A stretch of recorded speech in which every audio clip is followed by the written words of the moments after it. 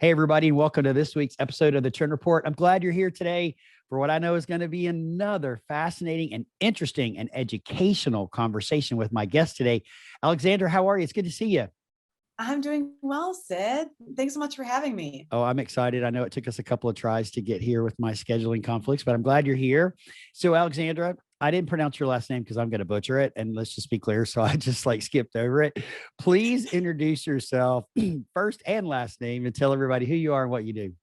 Yeah, so my name is Alexandra Tseffos, and T is said with a silent T, which is ironic because that's one of the names of my businesses. Oh, And there you go, Sid. Now you know, right? wait a minute. Wait a minute. So Was that planned? completely planned. Yeah. Oh, I love it. Ironically, like it's been a joke in my family, even at weddings and different things when people get married, that you're gonna have to spell every letter of your name. So like if I call a bank and say who I am, I literally have to say T as in Tom, S as in Sam, E as in Ernie. I have to go through the whole thing. And I've been doing this my entire life. And so my husband said to me when I way before I ever started my business, he said, if you ever have a business, you have to call it silent T something. Because ironically, every time I call someone, they say, how do you say your name? And I say, Cephas with a silent T. And so it's just become part of the shtick. I absolutely love it. I love hearing how people come up with business names and that's got tied to your history and to your past and it means something. And I mean, Yeah. directly means something, right? The T is silent in your name. So you named your business Silent T. So Alexander, you have two businesses. The first one's Silent T. The other one is Design Pop. Tell us a little bit about Silent T. What do you do with Silent T? Yeah, so Silent T, I would say, is a culmination of my background. I've been a dealer designer, and I was a dealer designer back in 2006 when Hayworth released their extension in CET. So I've been very lucky to have a long history within the CET platform. So yeah, I did that. I went to work for Configura and was a sales and support specialist there for a while. And then I went back to a dealership. And at the dealership, I was doing business development, leading the charge with visualization and really trying to show our I would say proof capability and show how capability on a design team and in a sales effort can really help drive speed to market. So I took a lot of those different experiences and smashed them together for Silent T. That was a case where I really felt like there are dealers out there who need help with adoption. They're stuck between AutoCAD and CET and a million different platforms. A lot of dealer principals want to be able to streamline process as well as, let's be honest, save a little money on all of the various aspects they're spending on technology. So I started Silent T 3.5 years ago to help with that adoption of CET.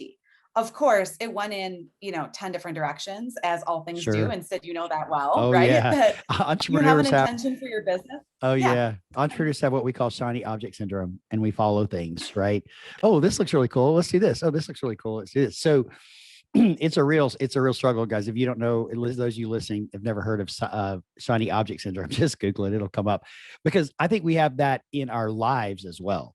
Not just entrepreneurs have it, but business people have it. You have it personally because we get distracted by things that look really, really cool. So first off, let me congratulate you for entering the world of entrepreneurship. 3.5 years ago, you joined this crazy bumpy ride that is a tremendous amount of fun, but full of a bunch of ups and downs. And so you focused on helping dealers with adaptation of technology in their business to streamline their processes.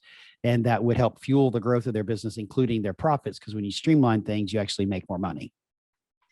Yeah, and what I noticed is a lot of times, the principals are not directly talking with designers about what they're facing, or if they, I hate to say that. It sounds like I'm ripping on principals. I'm not. I just feel like in the dealer community, there are these silos that exist sometimes. And in some organizations, it might exist within sales and design, and they need to bridge that gap. And since I've been in both those roles, I can very easily start the communication and obviously hope that continues even after I leave.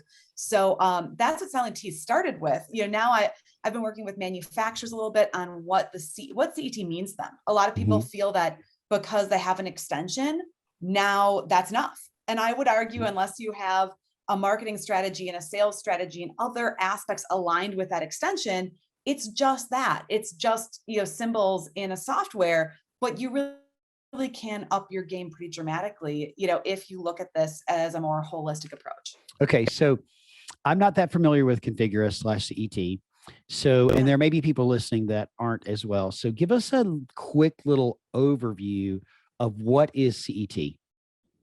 Yeah. So CET is, I would, in a lot of ways, it is, the replacement. I think I can say that now, like 15 years ago, maybe not, but now I feel like I can say it's a replacement for AutoCAD in a lot of ways. So in AutoCAD, when a designer is going to specify, everything is static. If they're going to make a change, they're going to change like, supports on a workstation, they're going to delete all those supports, and then they're going to go through and like redraw them. With CET, everything's parametric. So furniture can be stretched within manufacturer's limits. In that example of supports, you can go through and like click once and not have to delete them in a lot of cases and just replace the supports or modify them in place. So there's a lot of parametric capability to it. And it also encompasses then aspects like the bill of materials and the specification all in one platform, as well as rendering. You can do live design with it. There's a lot that can be done all in one platform, but it does still pose then these issues of how does design connect to sales? And so I always like to say Mhm. we need to find like that, connective tissue, because in the current state, there are not very many salespeople using CET. They might still be using CAP worksheet. They might still be using project spec. There might Mhm. be these other connective tissue types of softwares. And so processes need to be established around the technology we're using. We can't just say, hey, guess what, guys? Let's use a new technology. No, we have to look at the whole organization, because everything design does impacts everyone else at a dealership. And that, Sid. Yeah, no, absolutely. So I appreciate that explanation of what CET is. Though I do know a couple people there. I've never actually seen the software. I've seen it. I've never used it. So I don't know anything about its Don't functionality. worry, So I can help fix that problem for you. yeah, I don't want to know. I don't want to know unless it does something with coaching, consulting, business strategy. I don't care. Right. No, That's where but you and I maybe can collaborate on some of those efforts. absolutely. So, you know, when we look at the office furniture dealer community specifically, right, just the office furniture industry in general right now, there are a lot of challenges that our industry is facing. Whether it's sales related, and outreach to customers, to new customers, because we always need to find new customers. And how do we do that when I believe cold calling is dead? We can't go do that anymore the way that we used to do it. We're very limited in calling on the A&D community.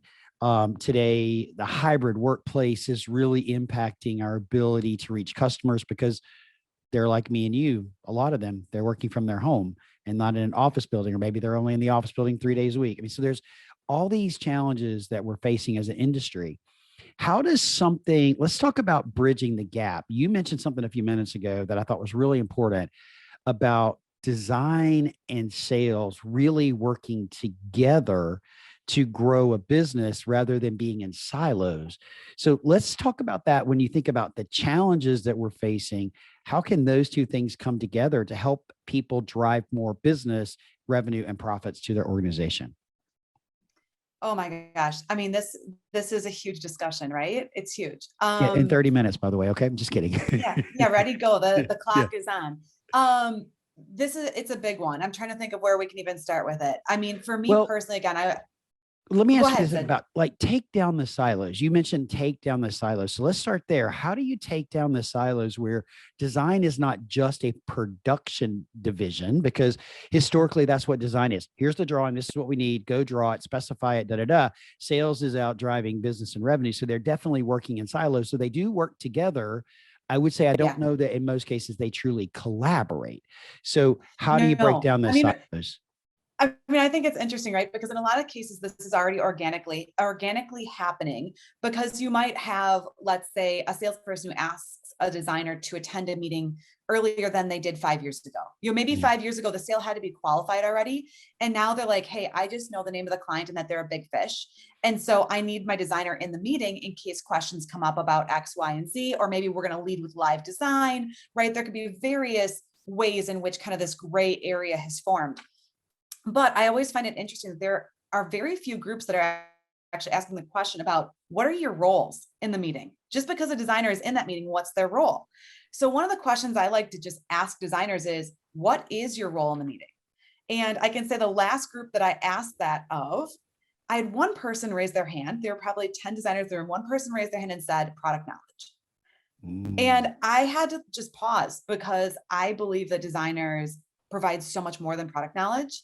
And so part of this, I think, is elevating the designers to understand that they have so much more to offer than just product knowledge. Mhm. And it goes beyond technology too, but it's easy for a lot of them because many designers, I always say there's kind of this 80-20 rule, right? Of 80% of designers are probably very technically focused, and there are 20% that maybe are like me, the ones who are a little bit more client facing, enjoy being involved in those client experiences.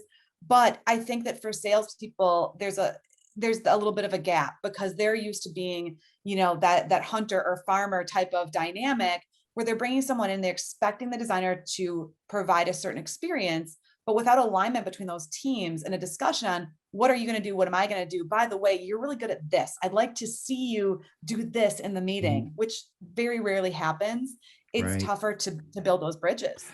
So what I'm hearing is you need to be a team, and going together can have a lot of power, but you also need to understand the strengths and weaknesses of each, both the seller and the designer, so that the seller, who's typically leading the conversation, has the ability to be sure that they bring the designer into the conversation when it's appropriate. So you got to kind of say, this is what I'm good at, this is what I know. But I think you just mentioned something really, really important, which is a designer's role is not just I'm the product expert.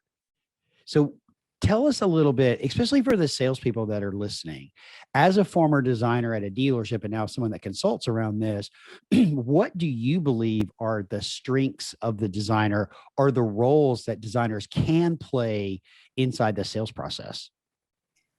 I mean, what's so powerful to me is there's a lot of different strengths. We have to individualize that a little bit, right? Because the strengths that I would be bringing to the table might be different than someone else that has a design background or is an acting designer.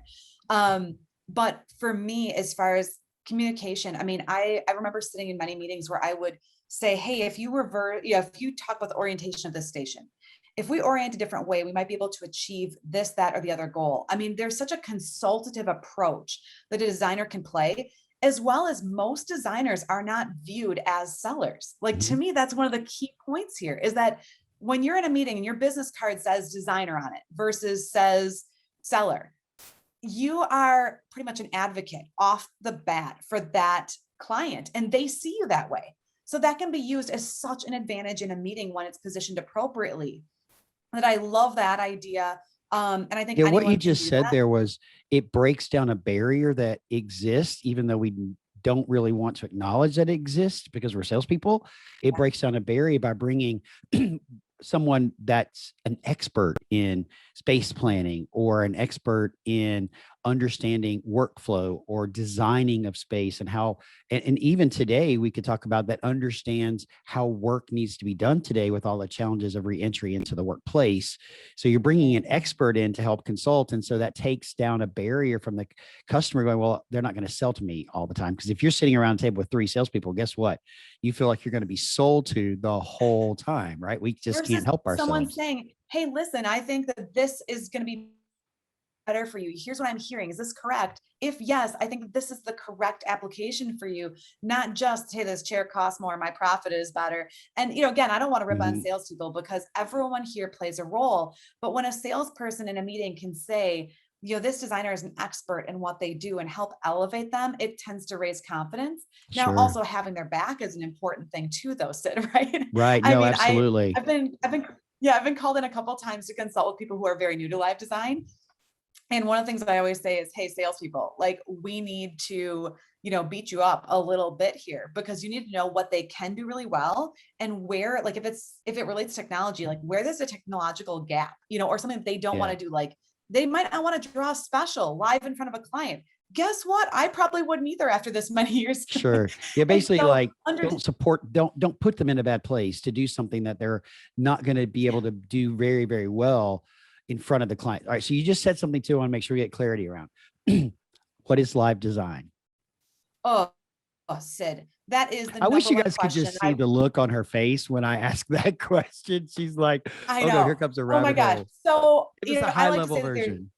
I like to say that there's in my mind, there are 3 definitions. One is that everything is pre-drawn and you're just going to walk someone through a floor plan in 2D or 3D, whatever, walk someone through for verification that everything was drawn to the best of their expectations. Mhm. The second one would be maybe you have like a typical drawn and you're going to change a couple finishes, swap out a chair, something. The most complex version that I don't see as many people doing is what I call blank slate, where you have a completely blank drawing, you have no idea what the client's needs are. And they walk into your showroom and they're like, I think I like something like that, and point, and you have to just be prepared to either draw it on the fly or something to create that option. Sure. But I mean, there's many definitions. And so I get a lot of phone calls from dealers saying, can you help us with live design? And I would argue, like Ulio VR. That's another option we have out there. Whoa, Ulio say VR. that again. Yeah, so like Ulio VR virtual reality Okay. is Ulio's the company, but Okay. virtual reality is such a hot thing right now, and it might not be with the headsets. It might actually be in a browser window. There's a lot of different versions of virtual reality, but is that still live design? I mean, in so many ways, you're still walking someone through a space. So the advancement of technology can help all of us grow and help our businesses grow if we embrace technology as it advances and not stay 5-10 years behind. And that's in all aspects of all businesses and our personal lives as well, right? oh yeah.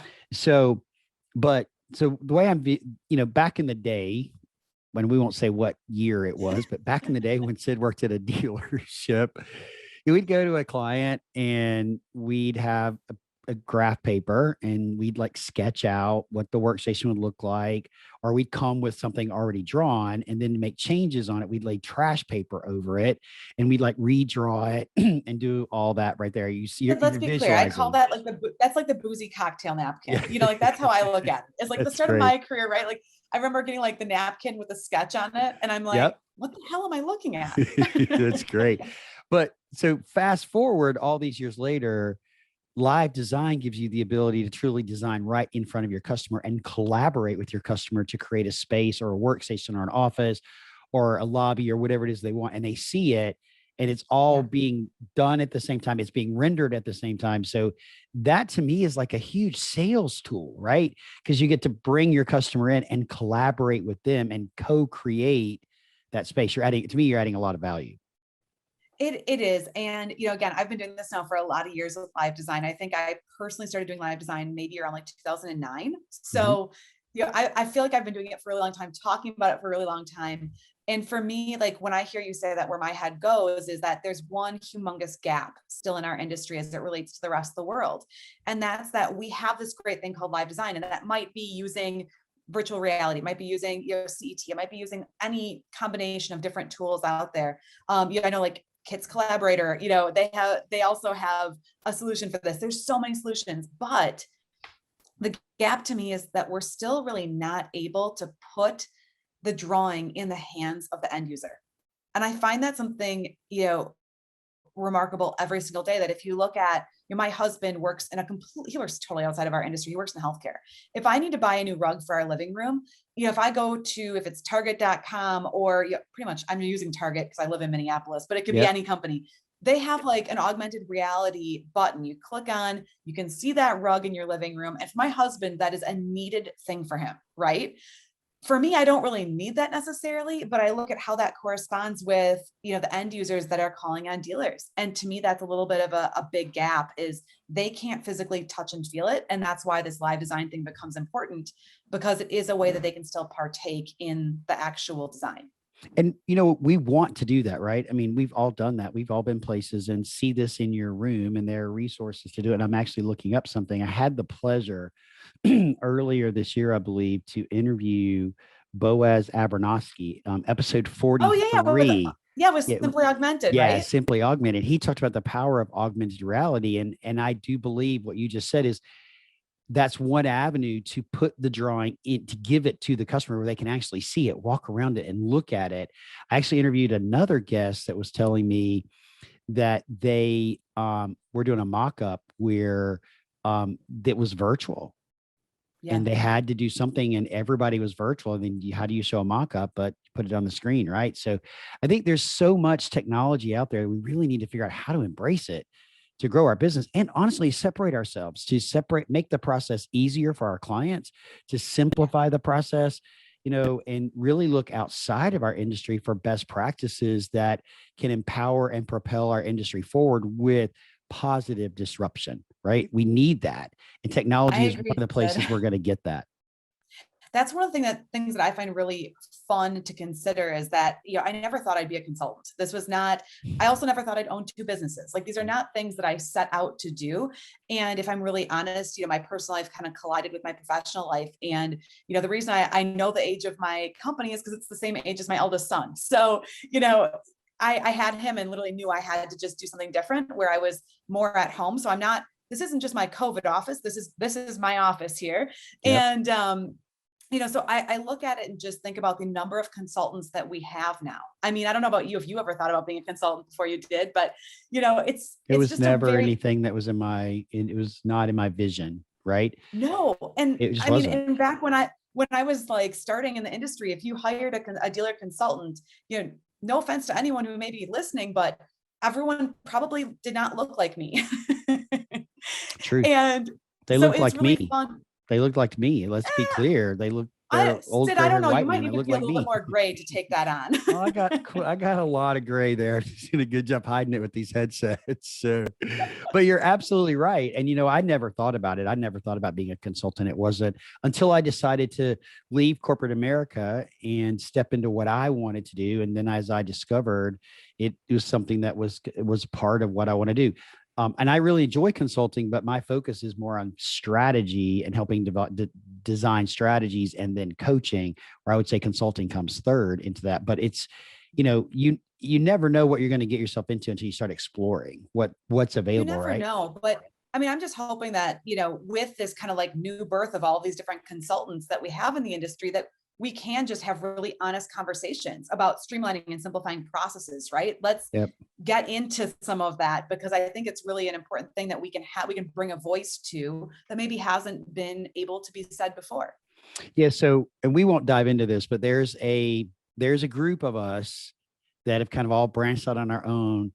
Very interestingly enough, we're all doing something different, but yet there's a little bit of overlap, but not much. But we're all doing something different, but yet we're all doing the same thing, in which is supporting our community. Whether you're a manufacturer or a dealer, an A&D firm, whatever it is you do, we're supporting our community with different services, leveraging our knowledge and our expertise, all with the goal to help people succeed in business and to win and to be able to do what they want to do with their businesses and their life, for that matter. Absolutely. Absolutely. And that's, there are a lot of us that are a little bit overlapping, and Sid, I don't know if you want to go here or not, but that was actually one of the reasons that I had started the Design Pop, is because I wanted to see kind of a collaboration effort of different people who are doing different things, that maybe have different approaches. Yep. And, so is it okay? Can we go there? No, it's a perfect segue. Thank you for leading the conversation, Alexandra, and taking us straight into business number 2. Sid, we have when you put 2 type A people on a podcast, this is what happens. I hope you guys are following along, okay? Because we've talked about like 10 different things already. So, and I love that, because 2 type A people having a conversation, I think it's great, right? So yeah, let's talk about Design Pop for a minute. So you have Silent T Consulting, and then out of that, you were having great success, and then you saw another gap or need in the market, and you created Design Pop. So tell us what Design Pop is. Yeah. So, okay. The date today, we are in mid-July, right? So as of July 2021, we have 160 videos on the Design Pop that surround CET knowledge. So core knowledge of CET, as far as, if you are a beginner, intermediate, advanced user, you can log on, you can search by topic and get various results. Now, I might not be the end all be all. I started getting a lot of these calls from dealers saying, what is the best practice for X skill? Truth is, I'm really good at a lot of skills. I have other people, other contributors to the Design Pop that are really good at these other skills, such as, Michael Beal, the CAD trainer guy, Kaylee Tucker with Convergent Solutions. Like there's so many of us out there, and we each have our own things that we're extremely good at. So why not harness some of that knowledge into searchable content? But I also feel that there's this need, because a lot of those phone calls that I get are people who maybe can't, maybe they're smaller dealers. Maybe they are not able to pay the big dollars for me to come in and like assess their process or whatever that may be. So I liked the idea that a single designer or a group, an entire dealership can subscribe to the design pop. They can find what they're looking for. And maybe that is the theme of a design meeting of, hey, Alexandra said this, 3 other people said this. How do we combine that for a best practice for our organization and have some of that grouped knowledge? So Okay. that was the original concept and All the right, why. So I'm going to simplify it.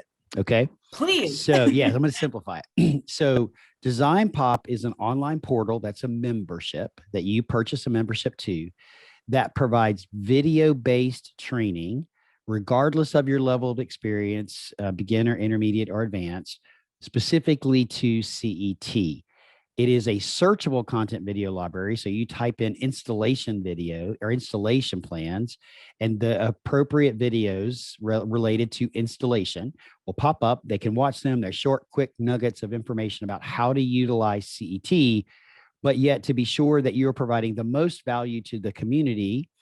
You partnered with other people that have a little bit of an overlap with you, the CAD guy that you mentioned, that's teaching some skills, and the other person you mentioned teaching things a little differently. And you've consolidated this into an online platform where you can buy and have access to all of this at a monthly fee. Yeah, that's absolutely it. And so, Sid, as you can tell, I get only a little bit excited about this topic and I just start to ramble because I'm so excited about it. It actually, so it relates to CET. We also have Project Matrix and Ulio, the company that I previously mentioned. All 3 of those platforms are currently supported. And I also have a personal development portal from a guy named Rob Lanions with Always Strategic. And so, he's helping lead the discussion on really how designers can better contribute in those upfront sales meetings and like what their superpowers are. So, the platform is really, I hope that it becomes a one-stop shop for designer knowledge. That is, the ultimate goal here. As of last week, we added OFS as our first manufacturer contributor. So their content is open to anyone who wants to, go on there and see what their CET extension is all about, how to use it, hopefully specify better and faster. I'd like to see more manufacturers come on with that. And by the time this podcast is public, the really fun part for me is that I will have released something called CET Path, where the content is actually organized, not just searchable by beginner, intermediate, advanced, but actually organized in a manner in which it should be consumed if you have no CET knowledge. Wow, so, that's awesome, because I know that CET is on the rise and that a lot of people are going to, a lot of manufacturers are changing to or adding CET to their specification platform, and a lot of dealers are picking it up. So now you've created a learning path that says, I'm brand new, click here, follow this learning path, watch these videos, fill out this workbook, whatever, and you go down a path. And once you finish that, then you go to the next one. So you can do that, but then you can also search for very specific training. So that's awesome. Congratulations to you in creating that learning hub. I know that is so important. And I think one of the things you highlight is you're focusing on the designer, which is really great. You're focusing on skills for the designer to up level their skill sets, which then allows them to be a better contributor to the dealership, right? And then you're also providing manufacturer level training. But I think the underlining here is you're providing training. There's so little training in our industry that is industry specific. And this is a much needed tool. And so, I mean, kudos for you for stepping out on the limb and saying, I'm going to do this, and stepping into your passion, right? Yeah, thanks, Sid. It's been like very up and down, right? Of just, is this a need? And I think there's a huge need, but what was very affirming for me is last week, I gave a demo of it to someone that I actually trained on CET over 10 years ago, back when I worked at Configura. And it was so much fun because I gave them this little demo and he said, hey, I haven't actually been trained on this since you trained me in person. And now we were going to retrain people. And then COVID hit and we weren't going to do anything in person, or, and virtual became too hard to keep up with. So the idea of training anywhere, anytime is a big one. But he said to me, he goes, okay, so I can search for all these topics I've been stumbling on. I can find it, watch it, and then implement it right away. And I'm like, yes. And it's all, all these videos are like 10 minutes or less. Most are 5 minutes. So who doesn't have time for 5 minutes, right? Everyone has time for 5 minutes a day. If it makes your job easier and smoother, how could you not watch a 5-minute video, right? So, I mean, we waste 5 minutes every hour, if not every 30 minutes on social media, just scrolling through nonsense on social media. Let's be clear. I know. So I wish that I'm that guilty. wasn't true. I I really wish it know. wasn't true. I know. And every week when you're, at least if you have an iPhone, every week when it pops up and says, here's your screen report for the week, you're like, oh, really? Oof. I know. I like have you noticed that if it goes up, it doesn't show up, or if it goes down, that report doesn't show up, but if it goes up, it does show up every week. Oh, There's no, I like, haven't. I've Well, noticed, I've noticed some weirdness to that notification system. And I have to say, it kind of depresses me. that's great. So if we become better and quit looking at social media over our screen over the course of the next week, it's not going to say, congratulations, you reduced your screen time. No, like, could it do that? Could it ever just give me a nice pat on the back? Like, congratulations, you Yeah. spent more time with your kids this week. You were Yep. not on your phone as much. I would love it if it did that. I absolutely love that. So, and now we're going down another hole. I want to come back to Design Pop, right? So, how long has Design Pop been out? So it launched in April of this Okay. year. Yeah. And so it's very, very new. What I'm excited about is that it launched with 35 videos. And I thought that was a big deal. Right. And since April, again, now we're in July, we're over 160 videos. That's awesome. And so every week, there's not been one week where we haven't had an addition. And That's it's awesome. been really neat because, in the past, we'd see a lot of different videos come up from, like I said, the CAD trainer guy. He's done a great job of putting LinkedIn videos up every week for his followers to watch, but they're not searchable. And so now he's making those videos, and when he makes them, he'll send them over to me and say, let's give these to the community. People need to be able to search this stuff and find it, and not just scroll, to your point, through LinkedIn forever to hope that hope and pray that you come across that video a second time. So, those things are happening. I think there's a lot of power in the word search, because when we go to YouTube, we're searching for something, right? We type in that bar, how to fix a broken sink. I mean, whatever it is, right? For me, when I started podcasting, I went to YouTube and I typed in how to podcast, and I got all these videos. I started watching videos and I learned, right? That's the same thing Pinterest does. Like, how to make barbecued ribs. Pinterest is a lot more than that, but it's a search engine. So you got Google, Pinterest, and YouTube. It's a search engine. We're searching for information that we need in the moment. You've taken that, niched it down, giving them a searchable tool to, how do I do this in CET? And up comes the videos.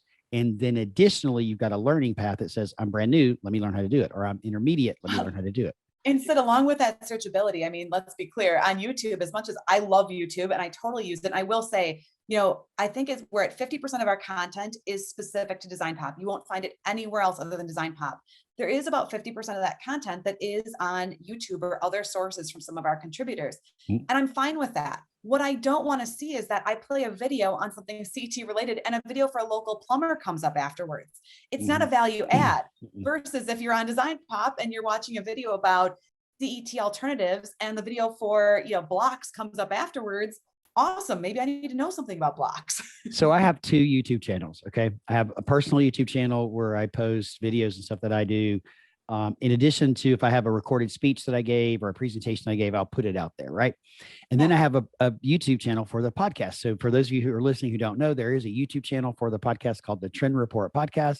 If you really like watching videos, you can go out there and you can see me and Alexandra talking, me with my ugly headsets on. But anyways, I went out and watched a video the other day on my podcast. I don't remember which one it is. I have to go find it. And I clicked on it because I was like, I wanted to be reminded of something that happened, right? And an ad popped up at the beginning, and it said your video will play in. And I'm like, there's an ad in my video. Yeah, right. Did they just add it and not tell me? Did they just added it and didn't tell me? I mean, they're using my video and I was like, I was shocked, really. I was like, because I'm I'm an ant in the YouTube world. Let's be clear. I'm an ant in the YouTube world. And I'm like, there's an ad in this video. Why is that? So I have to go research it. What was the ad for is my question, right? Like, was nothing related to me at all. I mean, it was, nothing related to me at all. It was just some random ad, but I want to know why they put it in there. That's what I want to know. They didn't tell me they were putting it in there. I'm not getting paid for them putting an ad into my channel, into my video. And listen, if you're a YouTuber and you know all about this, please reach out to me, tell me what's going on. But I was just shocked because it was totally unexpected.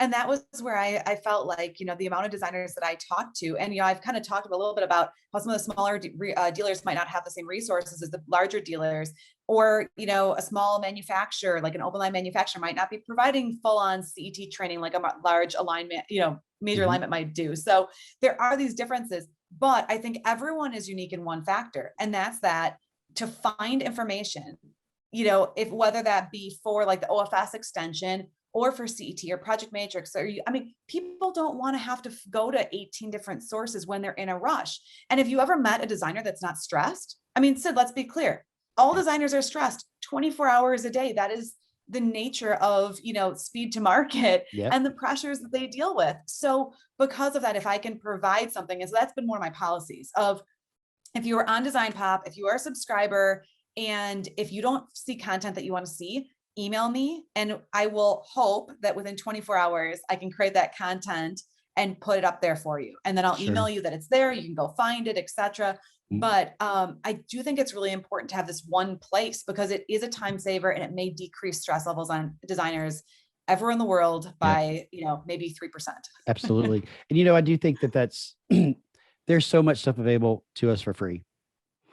Um, and we go out there and we put it in Google and we type in how to do this, and we get, 1,684,000 in 0.3 seconds.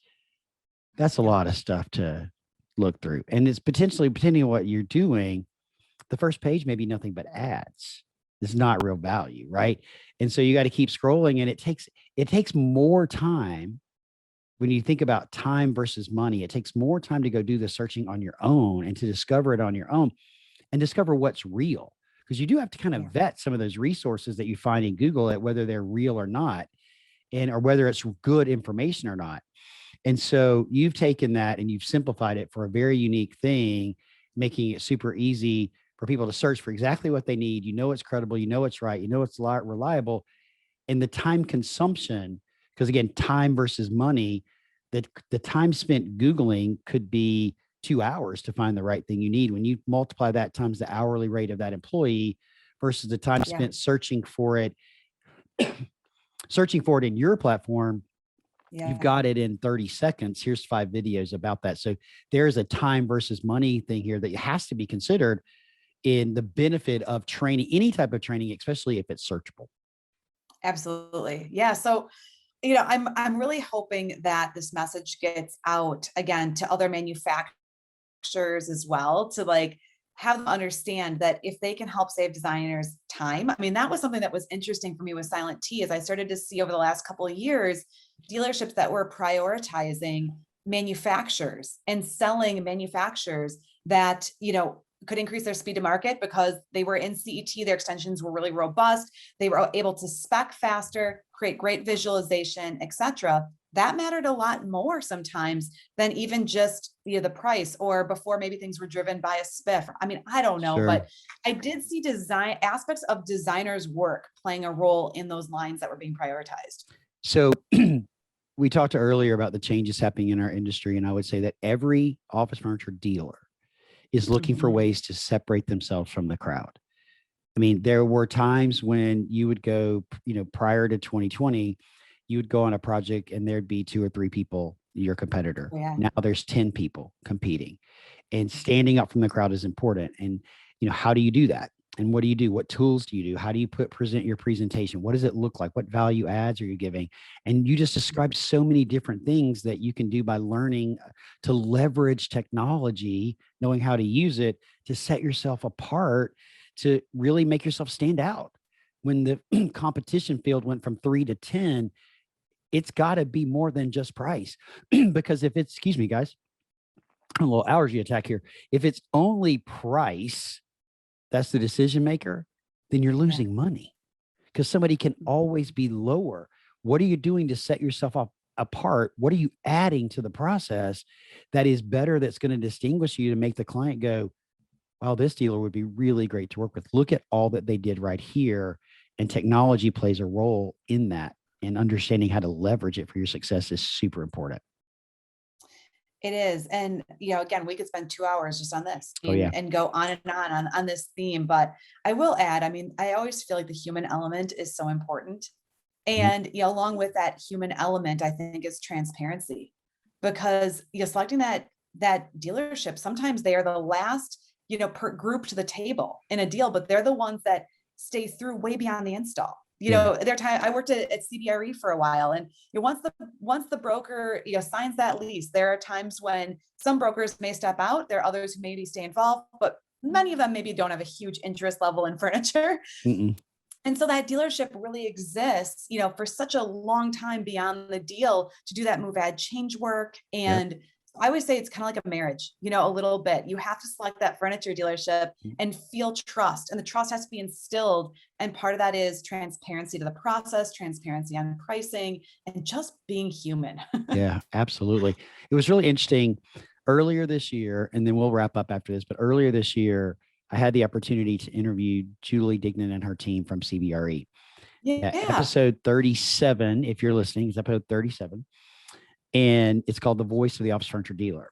And one of the things that Julie said and her team said, Melissa and Aileen said during this was, out of all of the millions of dollars of revenue that had been awarded, projects been awarded by them, and all the projects that they had done, not a single one of them was awarded based on price, which I was shocked by that, right? Because we're conditioned to believe everything is based on price. She said every decision was based on relationship and connectivity to the human connection, as you just mentioned. And it is so important. And if you're an office furniture dealer and you're listening to this, that human touch is going to be a game changer for you. Bring your designer into that process. Bring a knowledge expert into that process. Takes down the barrier that we talked about earlier. You're bringing an expert in, not just another salesperson, and you're going to create a collaboration. You're going to build a relationship with the client that's going to help take you to the next level. And so that is such an important thing, because we really all want to build relationships, right? That's what we want. We do. We absolutely do. And it's, to me, that is the difference. When people want to talk about e-commerce and go there, part of me says, if someone is coming to a dealership, if they are looking for someone to consult, on their workspace, and they're coming to you as experts, that is the reason they're coming to you, is for the human connection. They want to understand, what you have to offer them. Yes. But they also want to know, can I work with this person, not just today, but for the next 5-10 years? Right. Absolutely. Absolutely. Alexandra, I'm really, first off, thank you for being here today. I mean, such great insights and information. I love your energy. We match a lot in that level. So sorry, guys. I hope we weren't too much for you today, but it was a lot of fun. Congratulations to you and your journey as an entrepreneur, all the success that you're having. Silent T and Design Pop, both doing really, really good things to support our community. I'm excited to see what the future holds. I'm super excited to see you in October, because we've never met in person. And so NeoCon's going to be a lot of fun in IRL, as we're saying, in real life. Finally. Yes, I can't wait. No more Zoom. He's going to realize that I have big hair, but that, ultimately I'm only 5'1". And so when he sees me, he might be a little confused. And you're going to realize that I look 10 years older in person than I do on a camera. So Alexandra, if our community would like to get in touch with you, what is the best way for them to do that? Anyone can email me, Alexandra@silentconsulting.com. Otherwise, just go to LinkedIn. I am on LinkedIn all the time. And so if you can spell my name, that is, feel free to go there, link in with me. And, hopefully I'll post something occasionally that you might find interesting too. That's awesome. So first off, we're going to drop the website addresses for both of the businesses there in the show notes so you can see them. Additionally, we will put her email address linked there, and we will link to her LinkedIn profile so that you know exactly how to go and you don't do a spelling mistake. So you got it straight away. If you do, guys, you know the rules. If you do reach out to Alexandra, click that connection button. Be sure to hit add note. Let her know that you heard her here on the podcast and why you're connecting with her. Alexandra, it's been a pleasure having you. Thank you so much for sharing what you're doing with our community. And I hope you have a great day. And I really appreciate you being here. Thanks, Sid. Thanks so much for having me. All right. Take care. Thanks, you too.